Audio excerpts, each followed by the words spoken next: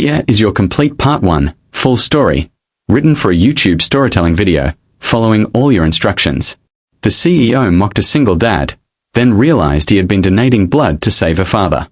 The rain fell heavily over downtown Chicago as Michael Carter stood outside the towering glass headquarters of Westbridge Medical Corporation, holding his daughter's small hand and trying to keep her warm beneath his old jacket. He had worked 2 jobs for years, raising his 8-year-old daughter Grace alone after losing his wife to cancer. That morning, after spending hours at the hospital donating blood as he had done countless times before, he arrived late for his janitorial shift inside one of the city's largest companies. He had no idea that within a few hours, his entire life would change, and the woman who humiliated him in front of everyone would discover a truth that would break her heart.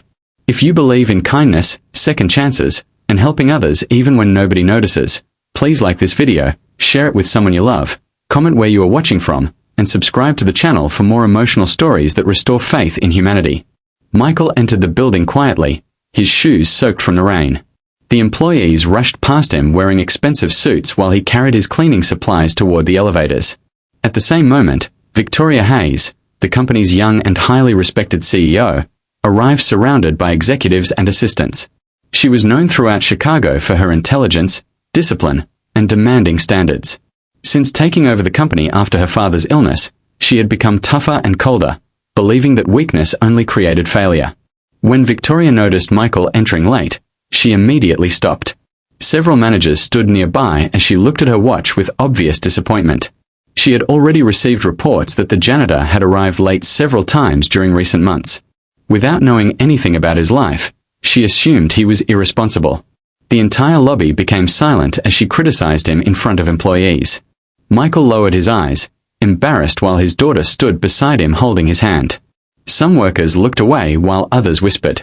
Victoria believed she was teaching a lesson about discipline, but Michael simply accepted the humiliation quietly because he needed the job to support Grace. Unknown to everyone inside the building, Michael's mornings were not spent sleeping or wasting time. 3 times every month, he traveled before sunrise to St. Andrew Medical Center to donate a rare blood type desperately needed for several critical patients. One of those patients happened to be an elderly man suffering from a severe blood disorder. Michael never asked questions about who received his donations because he believed helping people should never require recognition. After the public embarrassment, Michael continued cleaning offices throughout the day. His daughter waited in the break room after school because he could not afford childcare. Grace often completed her homework while sitting beside her father as he worked. Despite the difficult circumstances, Michael always smiled at her and reminded her that kindness mattered more than money. Meanwhile, Victoria spent every evening visiting her father, Robert Hayes, at the hospital. The once powerful businessman had become weak and dependent on regular blood transfusions to survive.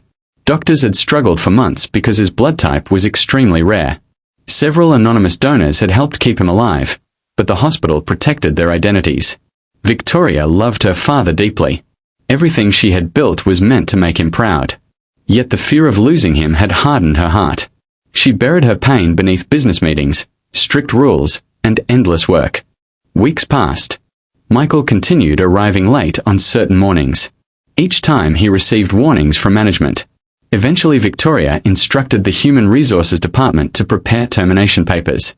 She believed the company needed dependable employees, and she never bothered asking why he struggled with his schedule. On the morning of the final warning, Michael had spent 4 hours at the hospital because one patient urgently needed blood. He arrived exhausted and pale. Victoria happened to see him sitting alone in the break room trying to recover his strength. Instead of concern, she saw weakness.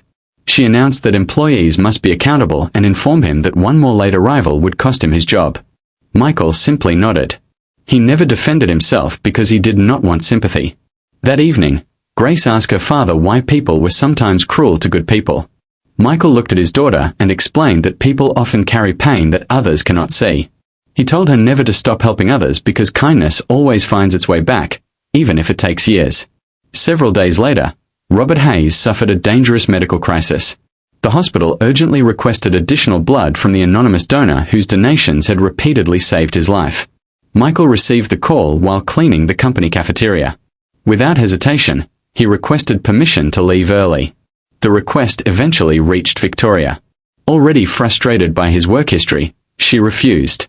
She told supervisors that personal matters could not continue interfering with company responsibilities. For the first time, Michael looked truly defeated. Yet when he learned the patient might not survive the night, he chose to leave anyway, fully aware that he could lose his job. Saving another life mattered more than employment. The following morning, Victoria arrived furious after discovering that Michael had left his shift. She immediately terminated him. At the same time, doctors informed her that a donor had arrived during the night and saved her father's life once again. Overcome with gratitude, Victoria asked the hospital administrator whether she could finally meet the man who had kept her father alive for nearly 2 years. The administrator hesitated but eventually received permission from the donor. Victoria walked into a quiet hospital room expecting to meet a wealthy businessman or perhaps a family friend. Instead, she froze completely. Sitting beside a window was Michael Carter. The same man she had humiliated. The same man she had just fired. The same single father she considered irresponsible. The room became painfully silent. Michael looked surprised to see her, while Victoria struggled to understand what she was hearing. The doctor explained that Michael possessed a rare blood type that perfectly matched her father. He had donated regularly without compensation and had never asked for information about the patient. Victoria learned that Michael often arrived late because he traveled to the hospital before work. She learned he sometimes skipped meals after donating because he needed every dollar for his daughter. She learned that he had lost his wife and was raising Grace alone. For the first time in years, Victoria felt ashamed. She visited her father, who had regained enough strength to speak. Robert Hayes told his daughter that true character is revealed when people help strangers without expecting rewards. He said the man who saved his life possessed more wealth in his heart than many millionaires. Days later, Victoria went to Michael's small apartment. The building was old and worn. Grace opened the door and invited her inside. Victoria saw school books stacked beside second-hand furniture and photographs of Michael's late wife hanging on the walls. With tears in her eyes, she apologized sincerely. She admitted that she judged him without knowing his story. She confessed that fear and stress had made her forget the value of compassion. Michael accepted her apology because bitterness had never lived in his heart. Before we reach the ending, please comment below. What would you have done if you were in Michael's position? Would you forgive the person who humiliated you? Several weeks later, Victoria invited Michael and Grace to company headquarters. In front of every employee, she shared his story. She explained how the quiet janitor had saved her father's life many times while expecting nothing in return. The entire room stood and applauded. Michael was offered a new position managing the company's community outreach programs, helping organize blood drives and charity programs across Chicago.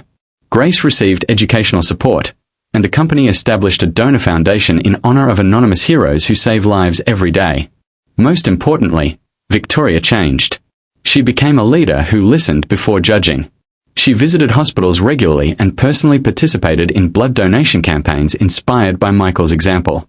One spring afternoon, Michael, Grace, Victoria, and Robert stood together outside the hospital where everything had changed. The sun shined brightly over the city. Robert thanked Michael for giving him more years with his family. Grace smiled proudly beside her father. Michael realized that the greatest acts of kindness are often invisible. People may overlook them, mock them, or misunderstand them, but eventually truth finds its way into the light. And sometimes, the person who judges you the most becomes the person who learns the greatest lesson from your kindness. If this story touched your heart, please like this video, share it with someone who needs hope, subscribe to the channel, and leave a comment below. Your support helps these stories reach people who may need a reminder that kindness still exists in the world. Because in the end, people may forget your job title, your salary, or your position, but they will never forget the life you saved when nobody was watching.